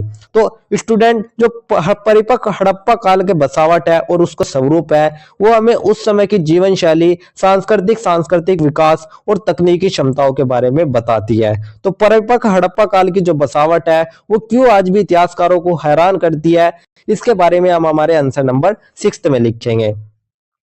तो यही था हमारा एक छोटा सा इंट्रोडक्शन, एक छोटी सी भूमिका। इसके बाद जो हमारा नेक्स्ट टॉपिक आता है वो हमारा मेन डिस्कशन यानी कि हमारे मुख्य विवेचन का आता है। तो मुख्य विवेचन में स्टूडेंट हम सबसे पहले बात करते हैं जो वो हम करते हैं brief introduction to the mature Harappa phase, यानी कि परिपक्व हड़प्पा का संक्षिप्त परिचय। तो यहाँ पर हम संक्षिप्त परिचय क्यों लिख रहे हैं स्टूडेंट, क्योंकि हमने इससे पहले वाले आंसर में भी जो हमारे जो पहले वाला आंसर था उसमें हमने परिपक्व हड़प्पा सभ्यता का एक परिचय देख लिया था। तो इसीलिए इस बार हम संक्षिप्त परिचय लिख रहे हैं। तो the mature Harappa phase represent the stage when the Harappa civilization was in its fully development form. यानी कि स्टूडेंट, जो हमारा परिपक्व हड़प्पा सभ्यता का जो चरण था वो एक ऐसा चरण था जब हमारी जो हड़प्पा सभ्यता थी वो पूरी तरीके से विकसित होकर नगरीय रूप में हमें दिखाई देने लगी थी। तो इस समय के जो प्रमुख नगर आप देखें तो वे थे हमारे हड़प्पा, मोहनजोदड़ो, धोलावीरा, कालीबंगा और लोथल। तो ये हमारे इस सभ्यता के कुछ प्रमुख उत्कृष्ट उदाहरण मिलते हैं। तो ये जो सभी नगर थे स्टूडेंट, ये हमारे योजनाबद्ध निर्माण और सुव्यवस्थित तकनीकी उन्नति के एक उत्कृष्ट उदाहरण है। तो यही था हमारा परिपक्व हड़प्पा का संक्षिप्त परिचय। इसके बाद जो हमारा नेक्स्ट टॉपिक आता है वो हमारा आता है characteristics of the settlement pattern, यानी कि बसावट के स्वरूप की विशेषताएं। तो चलिए स्टूडेंट, सबसे पहले बात करते हैं कि नगर कैसे बसाए गए। तो सबसे पहले अगर इसमें हम बात करें टाउन प्लानिंग यानी कि नगर योजना की, तो cities were lead in a grid pattern. यानी कि यहाँ की जो सबसे पहली बात आती है वो थी ग्रेड पैटर्न। तो ग्रेड पैटर्न क्या था स्टूडेंट, ये नगरों की एक पैटर्न व्यवस्था थी जिसमें जो सड़कें होती थी वे गली मोहल्ले को जोड़ती थी। तो सड़कें सीधी और एक दूसरे को काटती थी। और जो नगर था स्टूडेंट, तो नगरों की जो व्यवस्था थी, नगर दो भागों में बट गए थे। फर्स्ट हमारा जो था वो था हमारा उच्च नगर और सेकंड था हमारा निचला नगर। तो उच्च नगर जो था उसको हम नगर दुर्ग भी कहते थे, जो कि हमारा प्रशासनिक, धार्मिक और सार्वजनिक जगह के लिए होता था। इसी तरीके से जो हमारा निचला नगर था स्टूडेंट, वो हमारा आम निवास या आम लोगों के लिए होता था। तो ये जो विभाजन था ये संगठित सामाजिक संरचना को दर्शाता है। सेकंड हमारा था रेजिडेंटल स्ट्रक्चर, यानी कि हमारा आवास संरचना। तो हाउसेज वर कंसिडर यूजिंग ब्रेक bricks, most house had courtyard washrooms and store rooms, यानी कि स्टूडेंट अब जो घरों का निर्माण था वो पक्की ईंटों से होने लगा था। और साथ ही जो घर थे, हर घर में एक आंगन और एक वॉशरूम और एक स्टोर रूम भी बनाया जाने लगा। तो स्टोर रूम यानी कि वहां पर एक भंडार गृह होता था जहां पर वे अपना अनाज सुरक्षित रखते थे। तो कई जो घर थे स्टूडेंट वे बहुमंजिला यानी कि एक से अधिक मंजिले के भी थे। तो हर घर में एक निजी स्नान घर और जल निकासी की व्यवस्था होती थी। तो यही उस समय की हमारे सबसे स्वच्छता के प्रति जागरूकता को दिखाती है।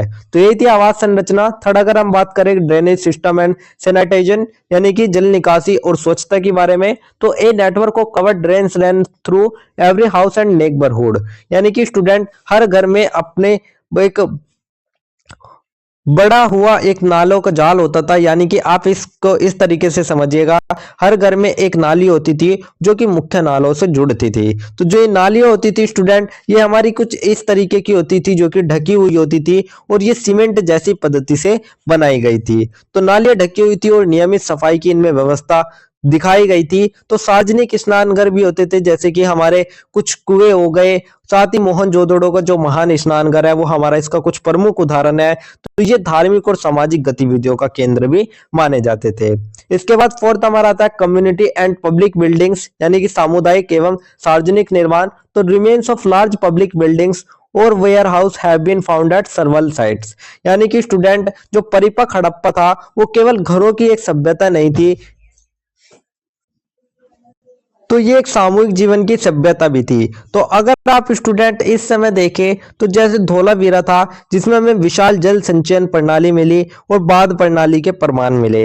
इसी तरीके से जो लोथल था, लोथल का जो बंदरगाह है वो बहुत ही प्रमुख था और ये हमारा एक व्यापारिक केंद्र था जो कि आर्थिक गतिविधियों को दर्शाता है। तो इससे स्पष्ट होता है कि ये जो सभ्यता थी ये व्यापार, जल प्रबंधन और संगठन में भी काफी आगे थी। तो यही थी सामुदायिक एवं सार्वजनिक निर्माण। फिफ्थ हमारा होता है सोशल ऑर्गेनाइजेशन, यानी कि सामाजिक संगठन। तो the systematic layout of towns and houses reflects a well organized social structure, यानी कि स्टूडेंट जो नगर योजना और बसावट थी वो समाज की एक झलक देती है। तो पेशों के आधार पर यहाँ पर क्षेत्र होते थे। इसी के साथ जो यहाँ की जीवन शैली थी वो होती है संगठित जीवन शैली। तो व्यापार और शिल्पकला के जो प्रमाण है वे सामाजिक जीवन की जटिलता को स्पष्ट करते हैं। तो सामाजिक वर्ग विभाजन के संकेत हमें यहाँ पर मिलते हैं, लेकिन कहीं भी अत्यधिक असमानता के प्रमाण हमें अभी तक इसमें नहीं मिले थे। तो यही थे सामाजिक संगठन। तो यही थे स्टूडेंट हमारा बसावट के स्वरूप की विशेषताएं। इसके बाद जो हमारा नेक्स्ट टॉपिक आता है वो हमारा ओवरऑल पूरे आंसर का एक छोटा सा कंक्लूजन, एक छोटा सा उपसंहार आता है। तो कंक्लूजन में हम लिखेंगे it can be said the town planning and settlement patterns of the major Harappa period were highly development and well organize, यानी कि स्टूडेंट जो हमारा परिपक्व हड़प्पा काल की जो बसावट है वो बहुत ही सुव्यवस्थित और विकसित थी। तो जिसमें हमारी नगर योजना, जल निकासी, आवास और सार्वजनिक निर्माण, तो हर पहलू हमें यही बताता है कि जो हड़प्पा सभ्यता थी वो अपने समय से बहुत ही ज्यादा उन्नत थी। तो इन स्थलों के जो हमारे अवशेष है उनसे हमें पता चलता है कि उस समय का जो मानव था वो कैसा जीवन जी रहा था, कैसी संस्कृति समझ रहा था। तो स्टूडेंट आज भी जो आधुनिक नगर योजना है वो इस सभ्यता से बहुत कुछ सीख सकता है। तो परिपक्व हड़प्पा काल ने भारतीय इतिहास में स्थायी और विकसित नगरीय जीवन का आदर्श प्रस्तुत किया। तो यही था हमारा एक छोटा सा निष्कर्ष, एक छोटा सा कंक्लूजन, जिसके साथ ही हमारा आंसर नंबर 6 भी कंप्लीट होता है। तो यही था हमारा आंसर नंबर 6। इसके बाद जो हमारा नेक्स्ट क्वेश्चन आता है वो हमारा क्वेश्चन नंबर 7 आता है। तो अब हम बात कर लेते हैं हमारे क्वेश्चन नंबर 7 के बारे में। तो क्वेश्चन नंबर 7 में हमसे क्या पूछा गया है सबसे पहले उसको देख लेते हैं। तो क्वेश्चन नंबर 7 में हमसे पूछा गया है discuss the distribution patterns of mesolithic culture in Indian subcontinent highlighting their some concentration in specific region such as the Deccan Plateau, Eastern India and the Western Ghats। यानी कि जो भारतीय उपमहाद्वीप में मेगालिथिक संस्कृति थी उसके वितरण पैटर्न पर हमें बताना है, जैसे कि दक्कन पठार हो गया, पूर्वी भारत हो गया या पश्चिमी घाट हो गया। तो इन सभी क्षेत्र की एकाग्रता पे हमें प्रकाश डालना है। इसी के साथ ही हमसे अथवा या और करके पूछा गया है, discuss the distribution patterns of mesolithic culture in India Indian subcontinent highlighting the geographical extent, regional varieties and cultural significance. यानी कि जो भारतीय उपमहाद्वीप में मेगालिथिक संस्कृति का वितरण है उसके बारे में हमें बताना है, उसकी भौगोलिक सीमा, उसकी क्षेत्रीय विविधता और उसका सांस्कृतिक महत्व के बारे में। तो चलिए स्टूडेंट, ये हमारा क्वेश्चन नंबर 7 हो गया।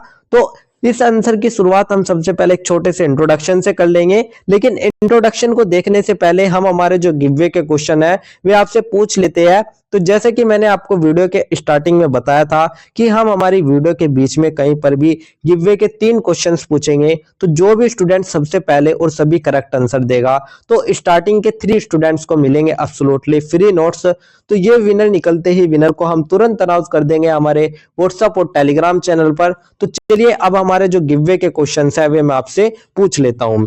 तो सबसे पहला जो हमारा गिववे का क्वेश्चन रहने वाला है वो हमारा रहने वाला है कि हड़प्पा सभ्यता किस काल से संबंधित है।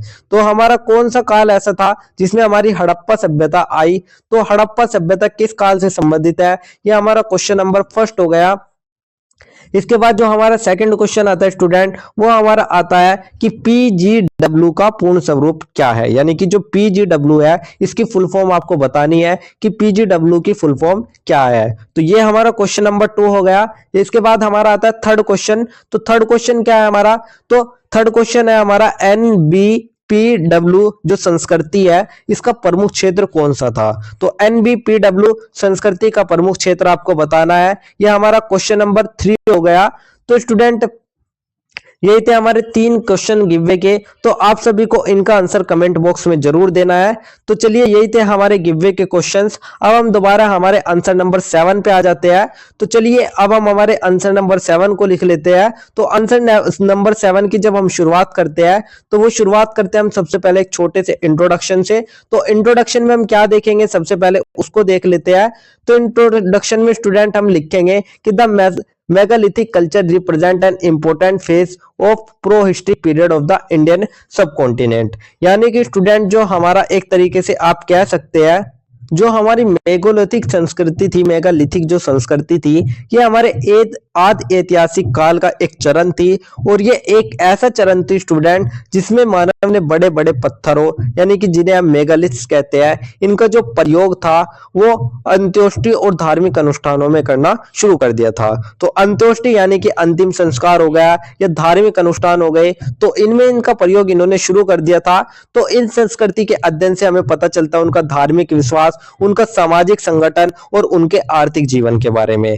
तो भारत में ये जो संस्कृति थी स्टूडेंट ये एक समान नहीं थी, बल्कि इसकी जो क्षेत्रीय विविधताएं है और जो इसकी भौगोलिक विविधताएं है वे हमें अलग अलग देखने को मिलती है।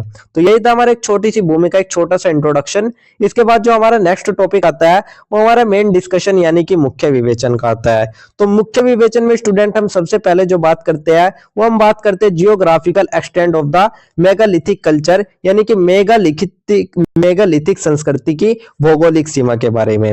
तो सबसे पहले जानते हैं कि मेगालिथिक संस्कृति भारत में कहां-कहां फैली थी। तो megalithic culture were mainly concentrated of the Deccan plateaus to eastern India, the western Ghats and the plateau regions of central India.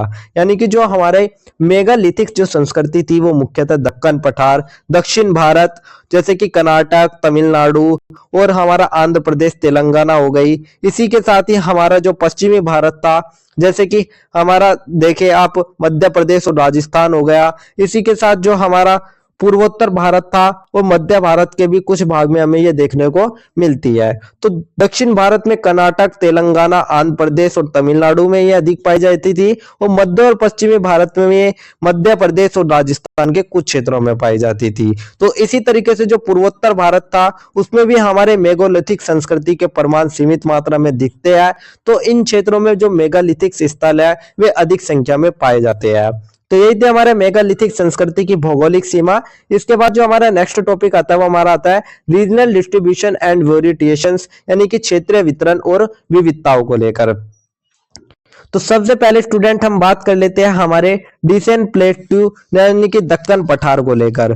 तो the region was the most important centre of megalithic culture, यानी कि student जो हमारा दक्कन पठार था ये हमारा megalithic संस्कृति का सबसे बड़ा केंद्र माना जाता था, क्योंकि यहाँ पर हमें बड़े पत्थरों से बनी कब्र देखने को मिली। साथ ही डोलमेन, सिस्ट, केन सर्कल जो ये थे, ये हमारे इस जो पत्थर थे उनके एक स्वरूप थे। यानी कि जो डोलमेन होते थे स्टूडेंट, ये आपके कुछ इस तरीके से होते कि एक बड़ा पत्थर रख दिया जाता था। जो केन सर्कल होते थे यानी कि पत्थरों से एक गोला बना दिया जाता था। इसी तरीके से शिष्ट था। तो स्टूडेंट यहाँ पर हमें कृषि और पशुपालन के परिणाम भी देखने को मिलते हैं। तो ये तो दक्कन पठार था। सेकंड आया हमारा ईस्टर्न इंडिया, यानी कि हमारा पूर्वी भारत। तो megalithic structure are found in plateau regions of Bihar, Jharkhand and Orissa, यानी कि स्टूडेंट जो हमारा बिहार, झारखंड और उड़ीसा था उसमें भी हमें मेगालिथिक जो संरचनाएं हैं वे गड्ढे और स्तंभों के रूप में देखने को मिलती है। तो इन क्षेत्रों में गड्ढा, स्तंभ और पत्थर के पिंडों के रूप में अंतिम संस्कार की परंपरा हमें देखने को मिलती है। तो यहाँ पर पत्थर के स्तंभ, दफन स्थल सीमित थे लेकिन महत्वपूर्ण परमाणु देते थे। तो यहाँ जो मेगालिथिक संस्कृति थी वो स्थानीय परंपराओं के अनुसार ढली हुई थी। तो यही था हमारा पूर्वी भारत। थर्ड हमारा आता है western Ghats and south India, यानी कि पश्चिमी घाट और दक्षिणी भारत। तो megalithic burials and monuments have been found in Karnataka, यानी कि स्टूडेंट जो तमिलनाडु, कर्नाटक और केरल का क्षेत्र था वो हमारा मेगालिथिक कब्रें वहां पे पाई गई थी। विशेष रूप से विकसित अवस्था में हमें यहाँ पर देखने को मिलती है। तो इनके जो पत्थर थे स्टूडेंट वे अधिक नक्काशीदार पत्थर होते थे।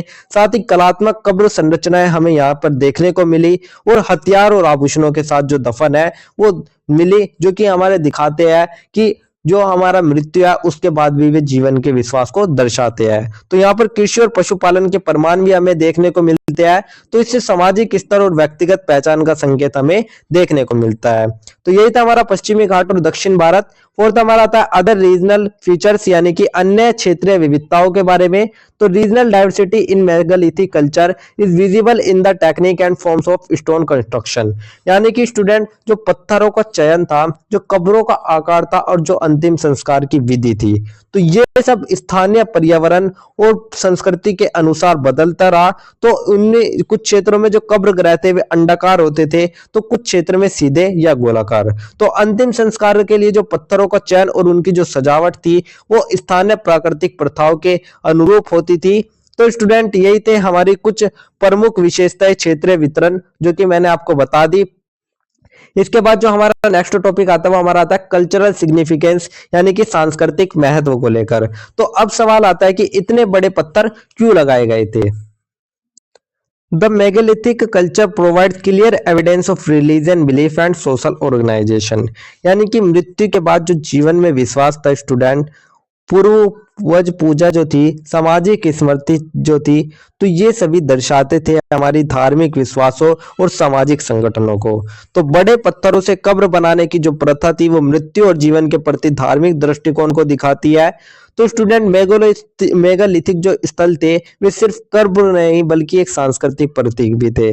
तो इसके अलावा भी अगर हम बात करें तो जो कृषि के परिणाम हो गए, जो पशुपालन हो गए, जो लोहे के औजार हो गए, तो ये सब दिखाते हैं कि जो समाज था वो आर्थिक रूप से भी विकसित हो रहा था। तो ये स्थल मानव के सामाजिक और आर्थिक जीवन के बारे में भी बताते हैं।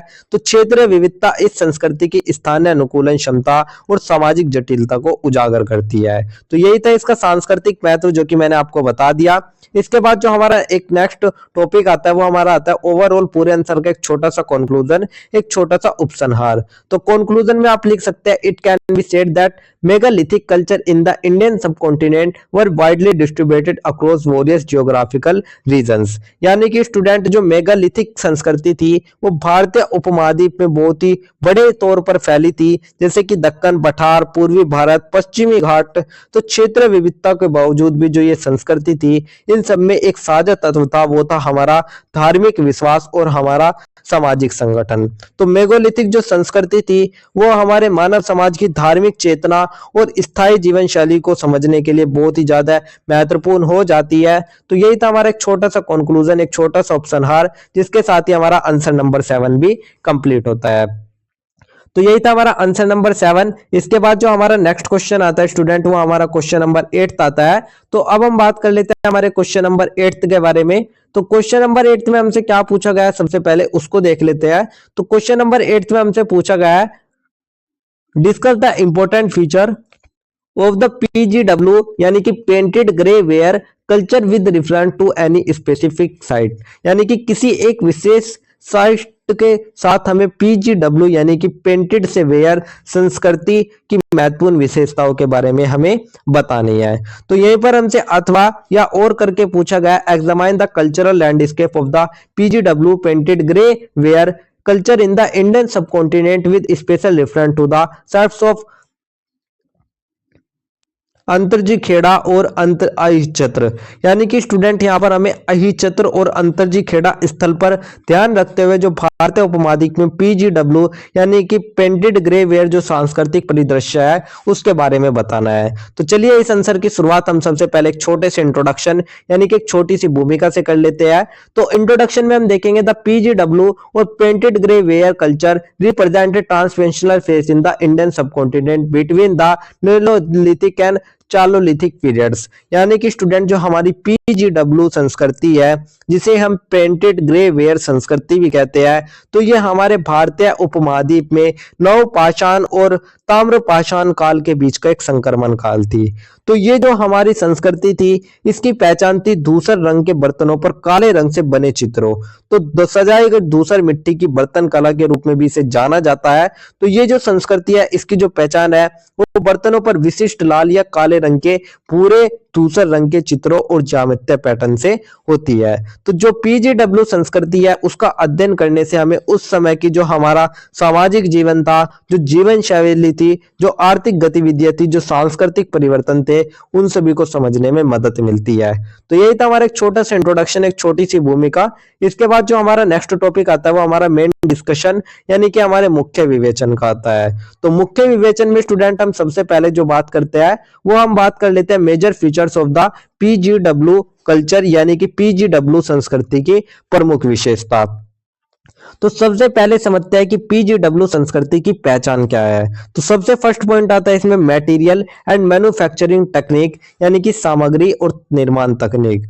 तो the pottery was mainly made from local clay, यानी कि स्टूडेंट यहाँ पर जो बर्तन थे वे स्थानीय मिट्टी से बनाए जाते थे। तो स्थानीय मिट्टी से किस तरीके से बनाए जाते थे, तो इन्हें कोई भी घुमावदार पहिया जो कोई हाथ से भी इनको बनाया जाता था। जैसे आप देखें पहले के समय में जो कुम्हार होते थे वे हाथों से या घुमावदार पहिए पर मिट्टी को रखकर बर्तन बनाते थे। तो बाद में इनको पकाते थे और पकाने के बाद इनमें लाल, काला या भूरा रंग लगाकर इन पर चित्र बनाए जाते थे। तो दूसरे रंग की मिट्टी यूज होती थी, चाक पर बने हुए बर्तन थे और उच्च तापमान पर ये पकाए गए थे। तो ये इनको जो जाना जाता था वो मृद भांड के नाम से भी जानना था। तो यही था सामग्री और निर्माण तकनीक। सेकंड हमारा था डिजाइन एंड डेकोरेशन यानी कि चित्र और सजावट। तो geometric motifs such as circles, triangles and lattice patterns were common, यानी कि जो हमारी ज्यामितीय आकृति थी वे हमारे इन मृद भांड पर हमें देखने को मिलती है और पशु आकृतियों के प्रारंभिक चित्र भी हमें इन पर देखने को मिलते हैं। तो बर्तनों पर जो सजावट थी स्टूडेंट वे धार्मिक और सामाजिक प्रतीक के रूप में उपयोग की जाती थी, जो कि काले रंग से बनी हुई होती थी और इनमें व्रत, रेखाएं और जाल पैटर्न सब कुछ होती थी। तो ये दर्शाता है स्टूडेंट कि मानव की जो कलात्मक चेतना है वो तो विकसित हो चुकी थी।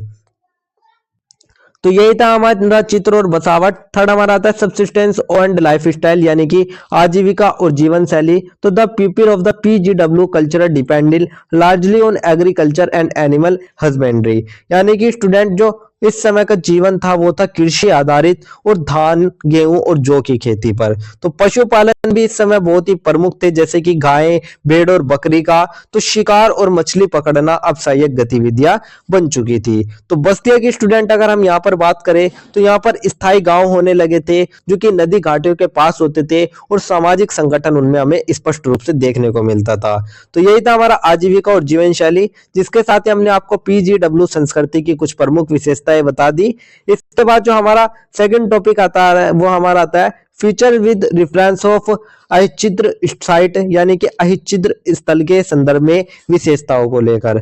तो स्टूडेंट अब हम बात करते हैं एक प्रमुख पीजीडब्ल्यू स्थल जिसे हम अहिचित्र या अभिछत्र भी कहते हैं। तो Ahichchhatra located in present day Uttar Pradesh is an important PGW site, यानी कि जो हमारा ये क्षेत्र है अहिछत्र का, ये हमारे उत्तर प्रदेश में स्थित है, जो कि हमारे पीजीडब्ल्यू का एक सांस्कृतिक उदाहरण है। तो यहाँ पर हमें क्या क्या मिले हैं स्टूडेंट, यहाँ से हमें पेंटेड ग्रे वेयर यानी कि पीजीडब्ल्यू जो बर्तन थे वे मिले, साथ ही काले रंग की चित्रकारी के बर्तन मिले, और साथ ही जो हमारी आवासीय संरचना थी वे भी हमें देखने को मिलते हैं। तो बर्तनों पर जालीदार और रेखा चित्र जैसे सजावट देखने को मिली। इससे हमें कृषि और पशुपालन भी मिले, और जिससे कि हमें उस समय की जो जीवन शैली थी उसके बारे में पता चला। तो अभिछित्र स्थल ये साबित करता है कि जो पीजीडब्ल्यू संस्कृति है वो हमारी सामाजिक जीवन को दिखाती है, जो कि एक संगठित था, साथ ही कृषि आधारित व्यवस्था और जो धार्मिक प्रथा थी या जो सांस्कृतिक निरंतरता थी उसका एक प्रतीक थी। तो यही थी स्टूडेंट हमारी अहिचित्र स्थल के संदर्भ में विशेषता है। इसके बाद जो हमारा नेक्स्ट टॉपिक आता है वो हमारा आता है कल्चरल सिग्निफिकेंस, यानी कि सांस्कृतिक महत्व को लेकर। तो the PGW culture provides a clear picture of the transaction between the Neolithic and Chalcolithic period in India।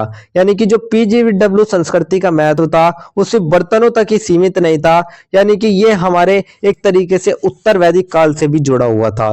तो PGW संस्कृति भारत में नवपाषाण और ताम्रपाषाण के बीच का समय था, जिसमें सजाए गए बर्तन मानव की कलात्मक अभिव्यक्ति और तकनीकी कौशल को दिखाते थे।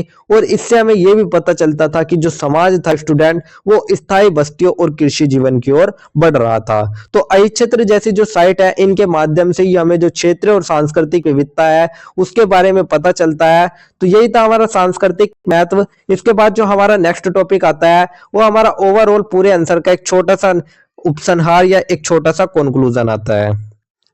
तो उपसंहार में स्टूडेंट हम देखेंगे the PGW culture was an important translation culture in the Indian subcontinent between the neolithic and chalcolithic period. यानी कि जो हमारा पीजीडब्ल्यू संस्कृति थी वो हमारे भारतीय उपमहाद्वीप में एक बहुत ही सांस्कृतिक चरण था, क्योंकि स्टूडेंट इस समय बर्तन निर्माण में तकनीकी उन्नति, कला और संस्कृति का विकास और स्थायी और संगठित जीवन देखने को मिला।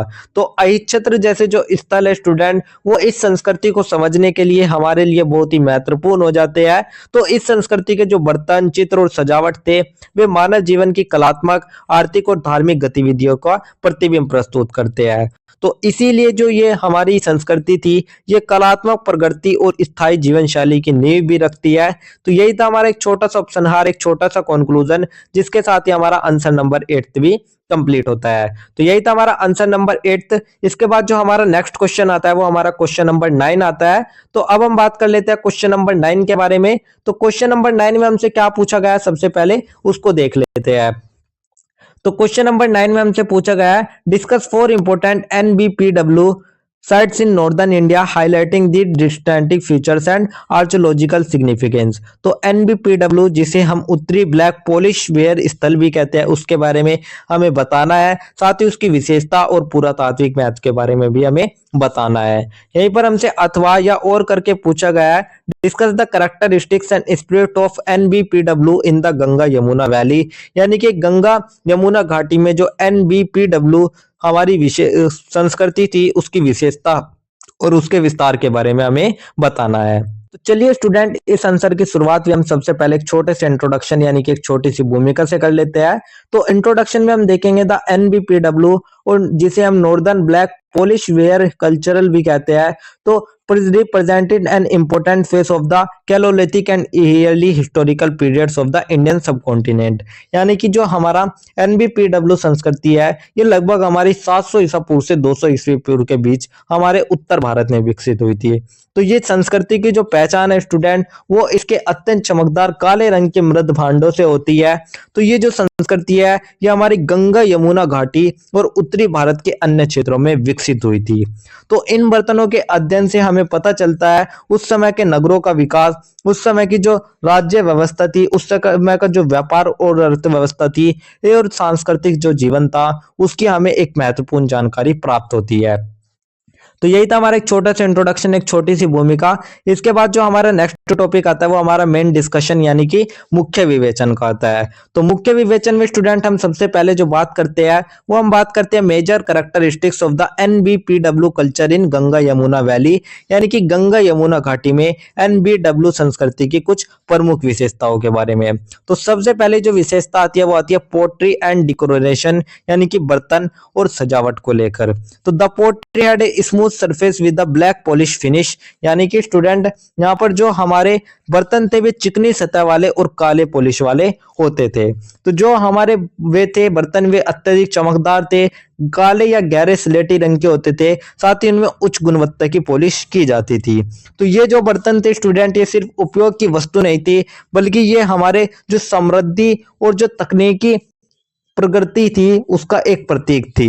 तो ज्यामिति पैटर्न, वर्त रेखाएं और कभी कभी मानव और पशु आकृति, इन सभी की चित्रकारी इन पर की जाती थी। तो बर्तन ताम्र पाषाण तकनीक से पकाए जाते थे और उनका जो आकार होता था वो बड़ा होता था, जैसे कि आपके घड़े हो गए, कटोरे हो गए, प्लेट हो गए या भंडारण पात्र हो गए। तो यही था बर्तन और सजावट। सेकंड आता है सब्सिस्टेंस एंड लाइफ स्टाइल। तो agriculture, animal husbandry and hunting were the main means of livelihood, यानी कि जो हमारी जीवन शैली थी वो कृषि, पशुपालन और शिकार पर आधारित थी। तो गेहूं, जो चावल जैसी फसलें इस समय चलती थी और स्थायी बस्तियां भी हमें यहाँ पर देखने को मिली। तो व्यापार और हस्तशिल्प गतिविधियों का प्रमाण भी हमें देखने को मिलता है। तो स्टूडेंट यही थे हमारे आजीविका और जीवन शैली। थर्ड हमारा आता है कल्चरल एंड रिलीजन इंडिकेटर्स, यानी कि सांस्कृतिक और धार्मिक संकेत। तो painted design and symbols on pottery indicate connection with religion rituals, यानी कि यहाँ पर जो चित्रकारी की जाती थी बर्तन पर वो धार्मिक अनुष्ठानों से जुड़े हुई होती थी और सामाजिक जीवन में श्रेणी और पेशों के अनुसार इसमें विभाजन स्पष्ट था। तो यही था हमारा गंगा यमुना घाटी में एनबीडब्ल्यू संस्कृति की कुछ प्रमुख विशेषताएं। इसके बाद जो हमारा नेक्स्ट टॉपिक आता है वो हमारा आता है 4 major NBPW sites in northern India and their importance, यानी कि उत्तर भारत के 4 प्रमुख एनबीपीडब्ल्यू स्थल और उनके महत्व के बारे में। तो सबसे पहले आता है केवलपुर। तो जो केवलपुर है स्टूडेंट ये हमारा गंगा यमुना के संगम के बीच में स्थित है और यहाँ से हमें पॉलिश किए गए बर्तन और मूर्तियों के अवशेष मिले हैं। साथ ही यहाँ पर हमें कृषि और स्थायी बस्तियों के प्रमाण भी मिले हैं। तो ये हमारी सबसे पहला था केवलपुर। सेकंड हमारा आया चौहानपुर। तो pottery with red and black decoration has been discovery at this site, यानी कि जो चौहानपुर है यहाँ पर हमें लाल और काले रंग की सजावट वाले बर्तन मिले और जो ये स्थल था ये सामाजिक और धार्मिक गतिविधियों का केंद्र बना हुआ था। थर्ड हमारा आता है सोरबी। तो सोरबी जो था यहाँ पे हमें स्थायी आवास और कृषि आधारित जीवन मिले। तो ये हमारे एनबीपीडब्ल्यू के उत्कृष्ट नमूने और भंडारण प्राप्त भी हमें यहाँ पर प्राप्त हुए। फोर्थ आया खिरवा। तो खिरवा जो था वो व्यापार और हस्तशिल्पिक कार्य का एक प्रमाण था। तो यहाँ पर बर्तनों की जो तकनीक थी और जो सजावट के माध्यम था उससे हमें पता चला उस समय की सांस्कृतिक जटिलता के बारे में। तो यही थे स्टूडेंट हमारी 4 साइट्स जो हमारे उत्तरी भारत में थी एनबीपीडब्ल्यू के बारे में। उसके बाद जो हमारा नेक्स्ट टॉपिक आता है वो हमारा आता है आर्चोलॉजिकल सिग्निफिकेंस, यानी कि पुरातात्विक महत्व को लेकर। तो remains found and एनबीपीडब्ल्यू site provide knowledge about the social and economic structure of the Ganga Yamuna valley, यानी कि जो एनबीडब्ल्यू है वो हमारा स्थलों से प्राप्त एक अवशेष जो थे वे गंगा यमुना घाटी की सामाजिक और आर्थिक संरचना के बारे में बताते हैं। साथ ही बर्तनों की जो तकनीक और सजावट थे वे मानव की कलात्मक क्षमता और तकनीकी प्रगति को दिखाती है। तो इस समय जो हमें अवशेष मिले वे हमें किस स्थायी वस्तुओं के, कृषि के और पशुपालन के मिले। तो ये जो स्थल थे ये नवपाषाण और ताम्रपाषाण काल के बीच के और प्रारंभिक ऐतिहासिक काल के अध्ययन के लिए आधार माने जाते हैं। तो यही था हमारा पुरातात्विक महत्व। इसके बाद जो हमारा एक नेक्स्ट टॉपिक आता है वो हमारा आता है ओवरऑल पूरे आंसर का एक छोटा सा कंक्लूजन या एक छोटा सा उपसंहार। तो उपसंहार में हम लिख सकते हैं it can be said the NBPW culture in northern India was highly development socially, economically and religiously, यानी कि जो हमारा उत्तरी भारत में एनबीपीडब्ल्यू संस्कृति थी वो हमारी हर रूप से विकसित थी। केवलपुर, चौहानपुर, सुरभी और खिरवा इसके कुछ उदाहरण थे। तो ये जो स्थल थे ये हमारे गंगा यमुना घाटी में मिलते हैं जिनका हमें जो उपयोग है वो हमें उनकी स्थायी बस्तियों, कृषि और कलात्मक प्रगति को समझने में किया जाता है। तो एनबीपीडब्ल्यू संस्कृति भारतीय ताम्र पाषाण और प्रारंभिक ऐतिहासिक काल की समझ में बहुत ही महत्वपूर्ण योगदान देती है। तो यही था हमारा एक छोटा सा उपसंहार, एक छोटा सा कंक्लूजन, जिसके साथ ही हमारा जो आंसर नंबर 9 है वो भी कंप्लीट होता है।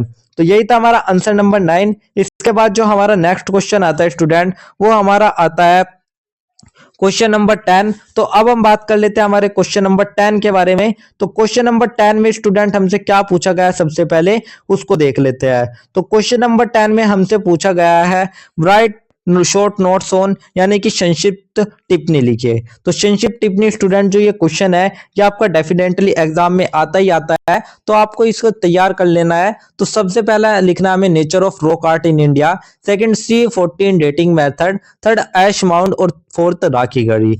यानी कि स्टूडेंट इन सभी पर हमें नोट्स लिखने हैं। तो सबसे पहले हम जो लेंगे वो हम लेंगे हमारा nature of rock art in India. तो rock art mainly development in the form carving, paintings and engraving, यानी कि भारत में जो पाषाण कला थी वो मानव की सबसे प्रारंभिक कलात्मक अभिव्यक्ति मानी जाती है। तो ये जो कला थी स्टूडेंट, ये मुख्यतः हमारा शैल चित्रों और उत्कीर्णन के रूप में हमें देखने को मिलती है। तो इन चित्रों में मानव, पशु, शिकार, इन सभी के दृश्य देखने को मिलते हैं। तो भीमबेटका हमारे जो हो गए पश्चिम बंगाल हो गया, या इसी तरीके से जो हमारी भित्ति चित्र गुफाएं हो गई, ये सभी इसकी कुछ उदाहरण है। तो प्रारंभिक पाषाण काल शिकारी संग्रहकर्ता जीवन शैली को दिखाता है। तो कला में ज्यामितीय पैटर्न और प्रतीकात्मक चित्रों का प्रयोग भी हमें देखने को मिलता है। तो पाषाण कला ये दर्शाती है कि प्रागैतिहासिक मानव प्रकृति और समाज से गहरे रूप से जुड़े हुआ था। तो यही था हमारा भारत में पाषाण कला की प्रकृति। इसके बाद सेकंड हमारा था C14 तिथि निर्धारण विधि, यानी कि डेटिंग मेथड। तो it is also know as carbon 14 dating, यानी कि जो हमारे ये C14 है इसको हम कार्बन 14 डेटिंग भी कहते हैं। और जो ये विधि है ये तिथि निर्धारण विधि को कहा जाता है। तो इस विधि में जीवित पदार्थों में मौजूद जो कार्बन 40 का अंश है उसको नाप लिया जाता है, फिर उनकी आयु निर्धारित की जाती है। तो जैसे आप देखें लकड़ी हो गई, हड्डी हो गई, या कोई भी कोयला हो गई, तो ये जो वस्तुएं होती है ये हमारी इसी विधि में उपयोग की जाती है। तो पूरा पाषाण और नव पाषाण अवशेषों के जो तिथि निर्धारित है उसको करने में भी ये बहुत ही महत्वपूर्ण साबित हुई है। तो इसकी अधिकतम विश्वसनीयता लगभग 50,000 वर्षों तक की होती है। तो स्टूडेंट इस तकनीक में इतिहास लेखन में एक वैज्ञानिक आधार प्रदान हुआ। तो इससे पुरातात्विक विज्ञान, बस्तियों और औजारों की कालक्रम निर्धारण हम कर सकते हैं। तो यही थे हमारा कार्बन 14 तिथि निर्धारण विधि। इसके बाद जो हमारा थर्ड आता है वो हमारा था ऐश माउंट, यानी कि राख का टीला। तो ash mounds are formed due to food preparation activities and the during the democratic fires at ancient human habitation site, यानी कि स्टूडेंट जो राख का टीला था वो उन स्थलों को कहा जाता था जहां पर जली हुई राख के मोटे जमाव मिलते थे। तो ये जो टीले थे स्टूडेंट ये मुख्यतः पशु बलि, हमारे अग्नि अनुष्ठान या सामुदायिक गतिविधियों से जुड़ी होते थे।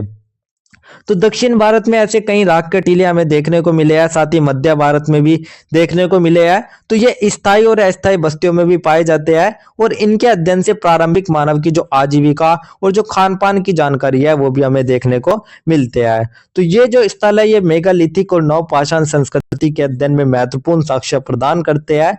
तो राख के टीले धार्मिक और सामाजिक जीवन की जानकारी हमें देते हैं। तो यही थे राख के टीले। इसके बाद फोर्थ हमारा आता है राखी गढ़ी। तो Rakhigarhi is an important site of ancient human settlement, यानी कि जो हमारे राखी गढ़ी है ये हरियाणा में स्थित हड़प्पा सभ्यता का एक प्रमुख स्थल है, जो कि हमारे प्राचीन मानव सभ्यताओं का एक प्रमुख स्थल है। तो यहाँ पर ये जो स्थल है ये क्षेत्रफल की दृष्टि से मोहनजोदड़ो से भी बड़ा माना जाता है और ये हमारे नवपाषाण और ताम्रपाषाण काल के संक्रमण काल के रूप में भी देखा जाता है। तो स्टूडेंट यहाँ पर हमें बहुत से बर्तन, बहुत सारे कृषि आधारित अवशेष प्राप्त हुए हैं। तो रेखा गढ़ी के अध्ययन से मानव के स्थायी आवास, कृषि और सामाजिक जीवन की हमें समझ मिली है। तो यहाँ से हमें पक्की ईंटों के घर, सड़कें, नालियां, मूरे मिली है। तो राखी गढ़ी हड़प्पा सभ्यता की नगर योजना और सामाजिक संरचना को समझने में अत्यंत महत्वपूर्ण है। तो स्टूडेंट यही था हमारा राखी गढ़ी, जिसके साथ ही हमारा आंसर नंबर 10 भी कंप्लीट होता है। तो यही थे स्टूडेंट हमारे pre history and proto history of India subject के 10 most important question and answer, जो कि आपके एग्जाम में आने वाले हैं। तो मुझे उम्मीद है कि आपने इन्हें ध्यान से समझा होगा और अपनी एग्जाम प्रिपरेशन स्ट्रॉन्ग कर ली होगी। तो स्टूडेंट याद रखो, हमारे लेक्चर फ्री है, लेकिन अगर आप चाहते हो वेल ऑर्गेनाइज्ड नोट्स जो कि एग्जाम के लिए एकदम परफेक्ट है, तो बस गिवन नंबर पर मैसेज करो और अपने नोट्स सिक्योर करो। और हाँ, हर वीडियो में होता है एक स्पेशल गिव अवे, तो वीडियो के बीच में पूछे गए क्वेश्चंस के लिए रेडी रहो और 3 लकी स्टूडेंट्स बन सकते हो आप भी फ्री नोट्स के। तो अगर आपको वीडियो पसंद आई हो तो लाइक शेयर और सब्सक्राइब करना ना भूले एंड हमारा व्हाट्सएप चैनल और टेलीग्राम चैनल को फॉलो कर लीजिएगा, ताकि आपको मिलते रहे एग्जाम फोकस अपडेट्स और ड्यू सोल के सारे important lecture and give away के winners. Till then stay focus, study smart और crush your exam. All the best, see you in the next video.